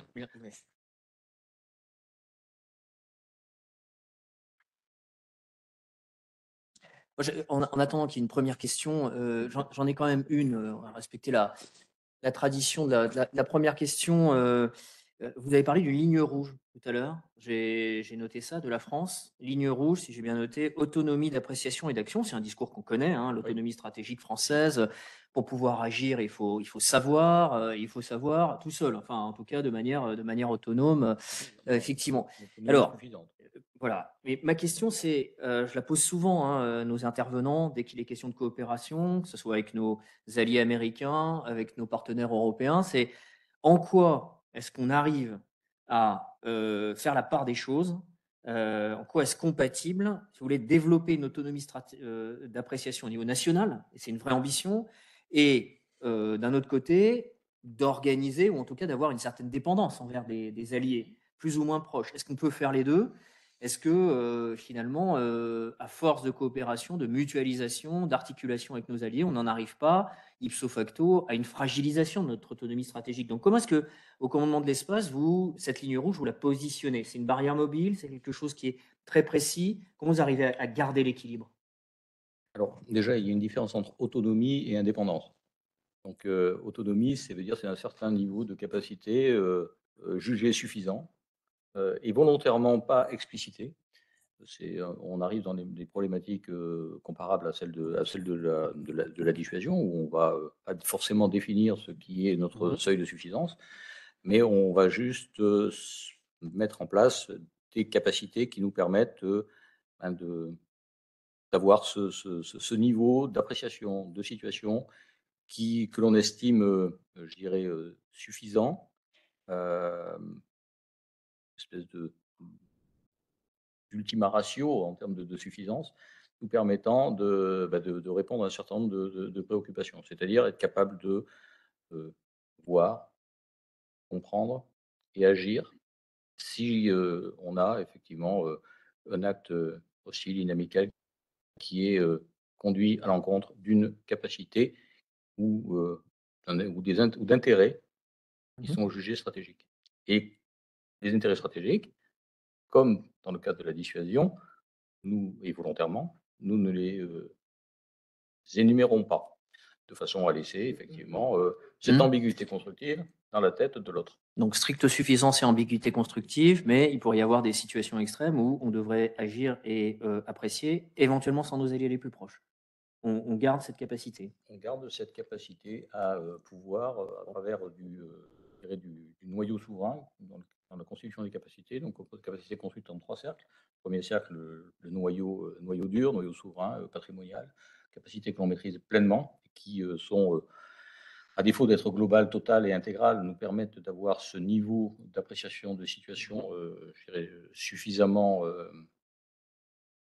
précis, permettant de conduire les opérations et les actions dans le milieu spatial ou dans d'autres milieux, pour faire face à une situation qui est, fameux acte hostile, inamical, inapproprié. Ouais, Voilà. style amical et approprié. Merci, Voilà. approprié. Merci, mon général. Y a-t-il des questions? On va commencer. Il y en a une en ligne, effectivement. Moi, j'ai une question avant peut-être de lire celle qui a été posée dans le chat, si ça ne vous dérange pas. On a parlé tout à l'heure de mesures de transparence, de responsabilisation des acteurs. Je me demandais s'il était envisageable, d'après vous, d'instaurer, par exemple, l'obligation d'installer à l'intérieur des objets spatiaux, au-delà d'une simple immatriculation, un transpondeur, comme c'est le cas pour le domaine aérien. C'est quelque chose qui peut être envisageable, pardon. C'est quelque chose qui peut être envisageable ou envisagé, simplement parce que ça se pratique ailleurs, hein, dans le domaine aérien et dans le domaine maritime, avec Maritime. l'AIS dans le domaine maritime, enfin, l'équivalent du transpondeur dans le domaine aérien. Mais je veux dire, enfin, pour cela, il va falloir convaincre, hein. Voilà. Il va falloir convaincre, et il va falloir convaincre l'ensemble des parties prenantes, de développer la capacité technique elle-même, et ensuite tout ça, ensuite le mettre en place. Mais c'est quelque chose qui est tout à fait envisageable dans le cadre des travaux ou des réflexions sur le Space Traffic Management. Le Space Traffic Management, c'est pas forcément que des radars primaires. Parce que vous savez, c'est l'aviation civile, il y a 2 types de radars. Les radars secondaires qui reçoivent les signaux qui sont émis par les transpondeurs des avions de ligne, c'est ceux qui permettent de surveiller l'espace aérien. Et puis, vous avez les radars primaires qui, eux, émettent et reçoivent et qui sont autonomes et qui permettent de suivre un avion ou un objet volant qui serait non identifié, pour ensuite pouvoir envoyer la police du ciel pour l'intercepter, etc. Euh, et donc, on peut avoir une logique similaire dans le domaine spatial. Mais ça ne va pas se faire tout de suite. Il faut d'abord passer par la norme. Et la Convention de Chicago n'est pas encore là tout à fait dans le domaine spatial, pas plus que celle de Montego Bay, qui n'oblige pas d'ailleurs celle de Montego Bay d'avoir un AIS obligatoire et présent et allumé sur les différents navires. On va prendre la question en ligne. Alors, une question de Sam. Bonjour, merci pour votre présentation. Pouvez-vous nous parler du programme ARES en termes de maîtrise de l'espace? Le programme ARES, c'est justement le programme qui vise à maîtriser l'espace et à maîtriser le milieu. C'est le programme autour duquel se vont tourner les capteurs, les senseurs, et le système de décision conduisant à actionner un effecteur, l'effecteur Yoda en démonstration dans un premier temps et Gide dans le second. Donc, le programme ARES, c'est vraiment ce programme-là qui fédère l'ensemble de la maîtrise du milieu. Donc, on va retrouver effectivement dans ce programme-là le successeur du radar grave, le radar grave nouvelle génération, qui sera d'ailleurs Donc là, on parle du niveau français. Hein, niveau français. général, Le voilà. programme ARES, c'est un programme qui est dans la programmation militaire, qui est un programme d'armement, etc. Je ne dévoilerai pas ici les caractéristiques particulières ni l'avancée contractuelle du programme. Donc, ce programme-là, il vise effectivement à travailler le volet maîtrise du milieu et défense active dans l'espace. Donc, c'est ce programme-là qui constitue l'effort de la précédente loi de programmation militaire et qui constitue une part importante de la future. C'est vraiment quelque part la raison d'être de la création du commandement de l'espace. Ce programme ARES est extrêmement ambitieux, puisqu'effectivement on retrouve à l'intérieur de ce programme, et si on peut revenir sur ma super diapo sur le C2, le programme ARES, une partie du programme ARES, c'est justement ce C4OS, ce centre de commandement, de communication et de computing des opérations spatiales. Donc, au-delà des capteurs, il y a aussi le traitement de ces données qui sont issues de ces capteurs, mais aussi le traitement de données qui sont issues d'autres capteurs, qui sont issues de capteurs de partenaires, qui sont issues de capteurs qui sont mis en œuvre par des opérateurs commerciaux. Donc le programme ARES, c'est ici. Et donc effectivement, pour être capable de développer et de mettre en œuvre ce programme-là, nous avons besoin d'expérimenter. Et c'est pour cela qu'on a mis en place, à côté de ce programme-là et à l'intérieur de ce programme-là, pour le fertiliser, un bac à sable numérique basé sur un calculateur haute performance qui nous permet de tester à la fois des doctrines, à la fois des données, à la fois des algorithmes de traitement de ces données. Et puis ça s'appelle un développement en spirale, c'est un développement agile qui permet d'arriver à avoir à la fin quelque chose qui satisfait nos besoins et en tout cas qui permet de satisfaire nos besoins de manière progressive et incrémentale. Merci beaucoup. Y a-t-il d'autres questions? Oui, alors celui qui... J'ai déjà le micro. Merci, mon général, donc, pour votre intervention. Je me posais la question, vous parliez de perte de contact de satellites parce qu'ils passaient de l'autre côté de la Terre, etc. Est-ce que avoir des territoires tout autour du globe comme la France, avoir ces confettis d'empire, entre guillemets, nous permet de maintenir cette, théoriquement en tout cas, nous permet de maintenir cette continuité? Est-ce un avantage pour une doctrine spatiale établie ou pour une défense spatiale? Merci. Alors oui, les collectivités d'outre-mer sont évidemment un avantage pour la France et pour l'Europe, puisqu'effectivement, on permet d'installer sur ces territoires-là des capacités de surveillance de l'espace et donc d'avoir des capacités de surveillance de l'espace distribuées à l'échelle du globe. Il existe aussi des moyens d'avoir une connectivité ou une surveillance globale ou une interconnexion globale des systèmes en les arrimant ou en les faisant interagir avec une couche de transport de télécommunications qui elle-même serait dans l'espace. C'est-à-dire aujourd'hui, on utilise des stations sol pour envoyer des télécommandes et recevoir les télémesures des satellites. On pourrait imaginer demain que tout cela passe par constellation de télécommunications, par des satellites de télécommunications en orbite géostationnaire, par une couche dite de transport d'informations en orbite, etc. Et là, la question de, je dirais, l'aspect global ne se pose pas par définition. Mais c'est pas l'un ou l'autre, c'est l'un et l'autre souvent. On met souvent en opposition les infrastructures sol et les infrastructures spatiales. Je pense que en fait, c'est souvent l'un et l'autre. Parfait, on a une question assez robuste, je veux dire, en ligne. Oui, tout à fait. C'est en réalité 3 questions de Mathieu Bataille du European Space Policy Institute, qui vous remercie pour votre présentation et qui demande, alors je pense que je vais lire les 3 questions peut-être. On en sépare une. Hein. Ouais, d'accord. Donc première question, l'utilisation extensive de satellites commerciaux pour mener des opérations militaires en Ukraine illustre le concept de dualité du secteur spatial. Tout satellite commercial pouvant fournir des services aux forces armées, quelles conséquences sont à prévoir sur la volonté des États d'assurer la protection des satellites d'opérateurs privés? Alors, chaque État assure la protection de l'infrastructure dite vitale. La question, c'est de définir quelles sont les infrastructures dites vitales pour un État donné. Est-ce que les Starlink sont considérés comme une infrastructure vitale pour les États-Unis? Est-ce que les satellites de Maxar sont considérés comme une infrastructure vitale pour les États-Unis? J'utilise volontairement, j'aurais pu signer Planet Lab aussi, puisque c'est ceux qui ont appuyé les forces ukrainiennes dans le conflit contre la Russie. Est-ce que ces satellites-là sont considérés comme d'importance vitale? Ce qui est sûr, c'est qu'ils ont été menacés, puisque le Kremlin a considéré qu'ils appuyaient les Ukrainiens dans le conflit, et donc ils étaient partie prenante. Je n'ai pas dit co-belligérant, j'ai dit partie prenante au conflit. En tout cas, cette question, ce qui se pose derrière cette question, c'est jusqu'où va-t-on dans la responsabilité, dans la responsabilité des données qui sont fournies par des acteurs privés.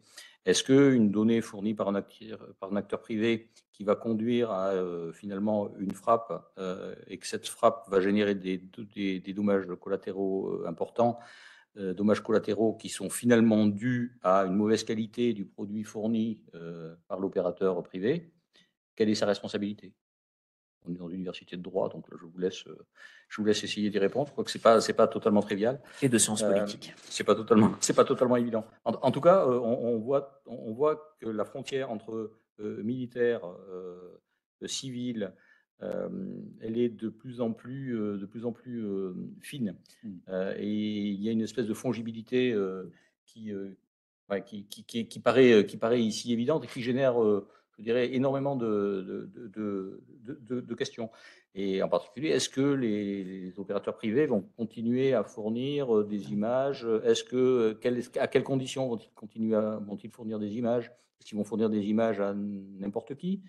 Est-ce que derrière, finalement, le fait de pouvoir bénéficier de ces données qui sont issues du secteur privé ou qui sont issues du secteur commercial, est-ce qu'elle n'est pas conditionnée à notre capacité à avoir un processus robuste, certifié, qui permet d'assurer à celui qui va vendre les données qu'elles seront employées à des fins, quelque part, éthiquement acceptables? Et alors, on va passer à la deuxième question de Mathieu Bataille. Ils sont très intéressantes. Juste un petit commentaire et par Oui. rapport à ce que vous venez de dire. Je me suis posé la question personnellement sur justement ce lien qui est bien posé dans cette question et merci de vos éclairages. Elon Musk a dit, lui, bon, il a engagé Starlink, c'est, disons, partie prenante, disons, hein, en Ukraine, mais il a émis des doutes à un moment sur effectivement la capacité à protéger Starlink, si les choses devaient aller trop loin, etc., etc. Imaginons, parce que tout est possible avec lui, Musk dit bon, moi je retire les choses, terminé. Personnellement, je me dis que ça se ferait pas comme ça et que à la limite, il pourrait y avoir une réaction de l'État américain qui dirait en fait, c'est votre décision, mais on réquisitionne.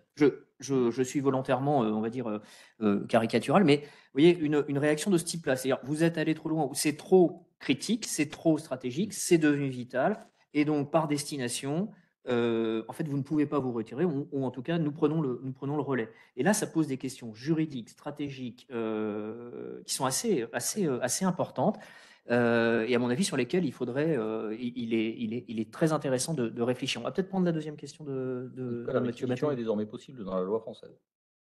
Voilà, une perspective qui est assez intéressante aussi. Noté. Deuxième question donc. Vous avez mentionné différents exercices spatiaux. Pouvez-vous nous en dire un peu plus sur le Strategic Threat Response Architecture organisé par l'UE en mars dernier et sur la participation de la France dans cet exercice? Quelle différence avec Astérix et quelle complémentarité? Alors, les exercices, quand les exercices sont réalisés, je dirais, à une échelle très multilatérale, le volet principal des exercices, c'est de faire prendre conscience des risques et des menaces dans l'espace et réellement de faire en sorte que les différents joueurs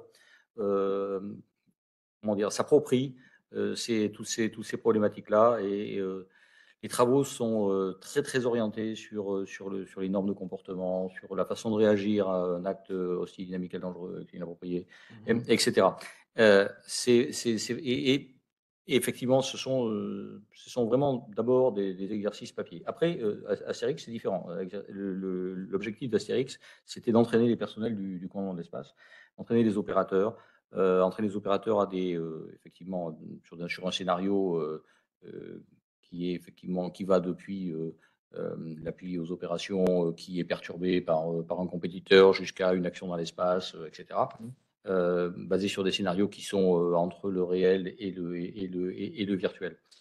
Donc voilà un peu les différences. Mais tous ces exercices sont des exercices qui sont en train de se mettre en place. Et en tout cas, ce qui les caractérise tous, et ce qui est assez nouveau, c'est l'implication, ou du moins des acteurs qui ne sont pas habituellement présents dans les exercices, mais qui sont présents dans tous ces exercices-là. Ce sont des acteurs industriels et commerciaux qui rapportent leur expertise et qui éventuellement développent des solutions en temps, je dirais, réel pendant l'exercice pour à la fois mettre leur capacité à disposition des joueurs ou capacité à disposition d'un des deux parties prenantes de l'exercice, mais aussi développer cette fois-ci des solutions qui permettent d'améliorer le fonctionnement des capacités de commande, de contrôle de l'exercice. Voilà. Et ça, c'est ce qui est vraiment commun à tous ces exercices. Et il y en a même qui sont effectivement carrément orientés là-dessus, où c'est la mise en réseau de tous les industriels du secteur. Peut-être la dernière question. Dernière question, donc la dernière question de Mathieu Bataille. Les USA et le Luxembourg ont récemment signé un accord dans le cadre de l'OTAN leur permettant de définir des besoins communs en SATCOM et de recevoir de tels services de manière groupée. La France est-elle intéressée par ce type d'arrangement? C'est du pooling and sharing. Alors nous, on le fait déjà au niveau de l'Union européenne avec les différents accords, les GovSatcom, etc. On le fait avec des partenaires, avec les Italiens, on le fait avec d'autres. Je dirais que c'est une pratique assez courante, la mise en commun de capacités. Je dirais les télécoms ont commencé cette pratique-là en premier. Il y a déjà fort longtemps.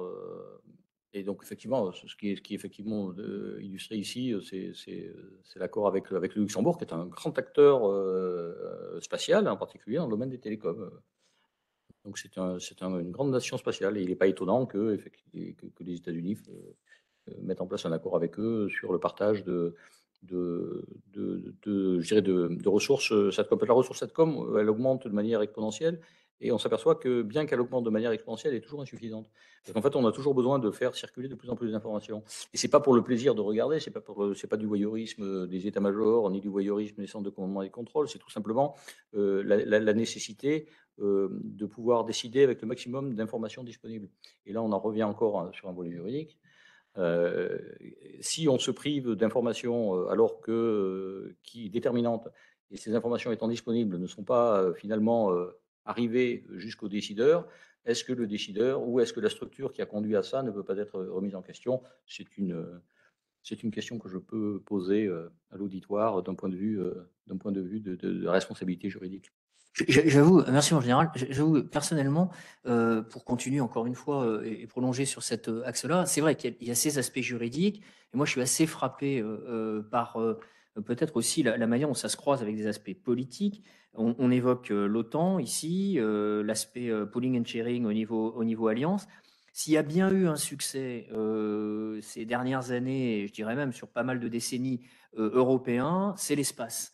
L'Union européenne a avancé dans cette direction, les Européens ont avancé dans cette direction, ils se sont battus dans Galileo, malgré par exemple les avis et les analyses anglaises pour que Galileo ait une dimension stratégique, ait une dimension même opérationnelle. Les capacités, que ce soit accès à l'espace, que ce soit... voilà. C'est vrai que l'Europe, là, dans ce domaine-là, pouvait être considérée comme en avance. Pendant très longtemps, lorsqu'on parlait de croisement entre les capacités militaires éventuelles de l'Union et les capacités militaires de l'Alliance, du côté otanien, on disait, bon, il s'agit de ne pas doublonner les capacités, il s'agit de ne pas gaspiller les choses.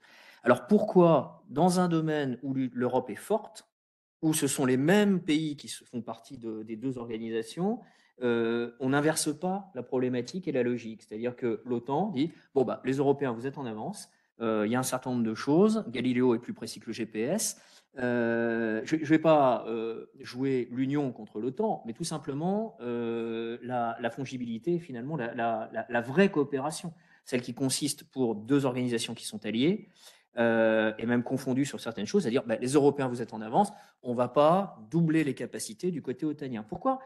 Est-ce que c'est une erreur de ma part, cette perception? Est-ce qu'on n'a pas quelque part peut-être une petite concurrence quand même qui est forcément, qui n'est pas très optimisée en fait entre les deux organisations? Ou est-ce que au contraire, tout ça se passe de manière complémentaire? Les deux organisations sont, je dirais, elles sont pas concurrentes, elles n'œuvrent pas dans le même domaine, en fait. L'OTAN est là pour répondre à des besoins de défense, et on en voit aujourd'hui la pertinence et l'importance. Euh, L'Union européenne a effectivement, il y a la problématique de l'Europe de la défense, mais l'Europe de la défense, pour l'instant, n'est pas passée à l'échelle. Et tant que l'Europe de la défense n'est pas passée à l'échelle, l'OTAN ne peut pas considérer que l'Europe de la défense comme étant un de ses pairs. Et donc, effectivement, l'OTAN, comme on l'est, les États-Unis, n'identifient pas l'Europe, l'Union européenne, comme étant un acteur dans le domaine de la sécurité et de la défense. C'est la fameuse phrase, donnez-moi son numéro de téléphone et j'appellerai.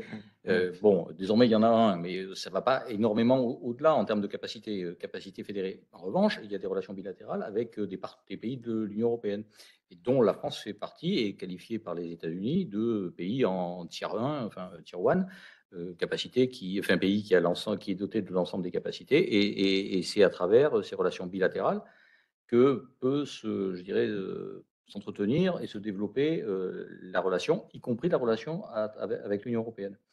C'est-à-dire que c'est à travers des partenariats forts en bilatéral, notamment avec la France, que peut se déclencher une coopération avec l'Union européenne en tant qu'entité. Et quant aux capacités de l'Union européenne, effectivement, l'Union européenne a identifié certaines capacités ou certaines infrastructures spatiales comme étant critiques. Et Galileo, la navigation et le temps, c'est important, le temps, personne n'en parle, tout le monde regarde son GPS pour se promener, pour aller, pour partir en vacances et vérifier que la route est bonne. Ce qui est plus important dans Galileo et dans GPS, c'est la synchronisation, c'est le temps GPS qui permet de synchroniser tous les serveurs, qui permet qu'aujourd'hui on fasse une visioconférence, qui permet que les échanges bancaires aient lieu de manière correcte, puisque les serveurs sont synchronisés dans le temps, etc. Et ça évite que vos comptes bancaires soient mis à zéro d'un coup parce qu'il y a une panne, il y a une erreur dans la synchronisation, ce qui serait quand même assez délicat. Et donc, cette infrastructure est assez déterminante et a été identifiée comme critique par l'Union européenne.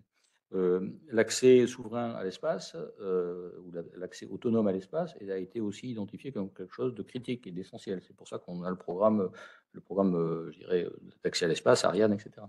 L'observation de la Terre, et en particulier désormais avec le programme Copernicus, a été identifié comme quelque chose de critique. Et là, on a effectivement quelque chose de nouveau qui est arrivé comme étant une infrastructure critique, c'est les télécommunications par satellite, et ne pas finalement, dans quelques années, avoir le choix entre des constellations américaines, Starlink, Kuiper et autres, et une constellation chinoise dont je rappelle, il y a 12 000 filings qui ont été déposés à l'IUT, et constellation chinoise qui sera là. Donc est-ce que les télécommunications spatiales, est-ce que les télécommunications sont une infrastructure critique ou pas? La réponse a été apportée par la décision, cette fois-ci, de la Commission de l'Union européenne et des États membres de développer Iris-Carré. Et donc, c'est par ce biais-là que se constituent les capacités européennes. Et alors, effectivement, et sur l'Europe, il y a quand même quelque chose qui s'éclaire, hein, ou du moins une nouveauté, c'est la publication de la stratégie de l'Union européenne en matière de sécurité et de défense. Donc ça, c'est un paradigme nouveau qui est pris en compte dans le logiciel de l'Union européenne et de la Commission, prenant en compte les problématiques de sécurité et de défense qui n'étaient pas dans son périmètre. Le premier pilier, c'était la concurrence libre et non faussée, développement économique, coopération entre les États, etc. Mais pas le volet sécurité et défense. Et là, c'est quand même une nouveauté de voir arriver cette stratégie spatiale de sécurité et de défense de l'Union européenne. Merci beaucoup pour sur la question de la volonté. Effectivement, on a quand même fait Ariane parce que on avait quelques blocages du côté de notre grand allié en européen. Et c'est vrai que c'est un peu toujours la question de la volonté, de l'autonomie et du curseur à placer dans ces relations. Oui, aussi. Oui. Par rapport aux autres. Et entraîner les autres. Ouais. Et entraîner les autres. Et souvent, on s'aperçoit qu'il faut, un porteur de projet. Voilà. C'est comme dans la vie, il faut un porteur de projet. Ouais. Alors, je ne sais pas si on a d'autres questions en ligne. On approche de la fin du temps qu'on s'était imparti. On va éventuellement le respecter. Merci. Je suis désolé, il y avait quelques questions en ligne, mais on va éventuellement s'arrêter là. Ça a été très riche. Les réponses étaient approfondies. Et je veux encore une fois vous remercier, mon général. Remercier tous ceux qui sont présents ici en ligne. C'est important, ces conférences, ces rencontres dans le cadre de l'IESD, parce qu'on a un programme de recherche. On en parlait tout à l'heure à midi, lors de notre rencontre ce matin avec les doctorants et les chercheurs. On essaie de comprendre ici à l'IESD, dans le cadre de notre programme de recherche, ce que produisent les croisements justement entre l'espace militaire que vous nous avez aidé à mieux comprendre, les aspects balistiques, nucléaires, antimissiles, les aspects qui sont ceux de la 3D, de la troisième dimension de la puissance, on va dire aérienne, mais au-delà de la simple armée de l'air et de l'espace futur. Et ça fusionne dans la capacité à prendre des décisions. Effectivement, on ne part pas de time sensitive target, mais c'est quasiment ça. L'œuf et la poule, il faut être là au moment où ça se passe, sinon, eh bien, on ne peut pas attribuer, on ne peut pas décider, on ne peut pas agir. On essaie de comprendre dans le cadre de ce programme de recherche, ici à Lyon 3, ce que produisent ces croisements entre ce qu'on appelle les capacités stratégiques hautes, et vous entendre aujourd'hui nous permet de mieux comprendre justement ce sujet complexe. Donc merci encore, mon général, et je crois que voilà, on peut vous remercier et vous applaudir. C'était très très éclairant. Merci, et puis bon, merci à tous ceux qui sont là, et puis j'espère qu'on pourra peut-être approfondir ce partenariat, et puis se recroiser et travailler sur ces questions. En tout cas, ça serait un privilège, et puis vraiment quelque chose de très intéressant ici, à l'université. Écoutez, je vous remercie. C'est toujours intéressant d'être stimulé par les questions et par la jeunesse. Merci. Merci beaucoup. Je me permets de vous rappeler qu'à partir de 17h commence la 4e séance de notre séminaire spatial, qui aura lieu dans le même amphithéâtre et sur le même lien auquel vous avez accès pour les personnes qui sont à distance. À tout à l'heure.